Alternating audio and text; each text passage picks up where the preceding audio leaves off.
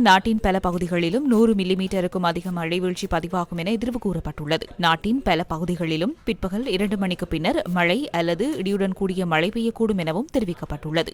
தென் மாகாணத்தில் 30 முதல் 40 கிலோமீட்டர் வேகத்தில் பலத்த காற்று வீசக்கூடும் எனவும் வளிமண்டலவியல் திணைக்களம் எதிர்வு கூறியுள்ளது. இதனிடையே அதிகரிக்கும் மழையுடனான வானிலையினால் பல்வேறு ஆறுகளின் நீர்மட்டம் அதிகரிக்கக்கூடும் என எச்சரிக்கை விடுக்கப்பட்டுள்ளது.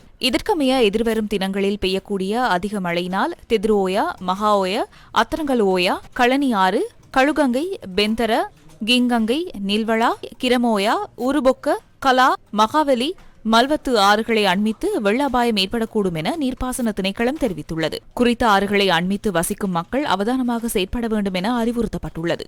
இதேவேளை பலத்த மழை காரணமாக தேசிய கட்டடாய்வு நிர்வாகத்தினால் விடுக்கப்பட்ட மண்சரிவு எச்சரிக்கை இன்று மாலை 4 மணி வரை அமுலில் இருக்கும் என சிரேஷ்ட புவிசரிதவியல் நிபுணர் வசந்த சேனாதீர தெரிவித்துள்ளார். பதுளை, களுத்துறை, கண்டி, கேகாலை, குருநாகல், மாத்தளை, நுவரெலியா மற்றும் ரத்தினபுரி ஆகிய மாவட்டங்களில் உள்ள பல பிரதேச செயலகங்களுக்கு இந்த அறிவிப்பு விடுக்கப்பட்டுள்ளதாகவும் அவர் குறிப்பிட்டுள்ளார்.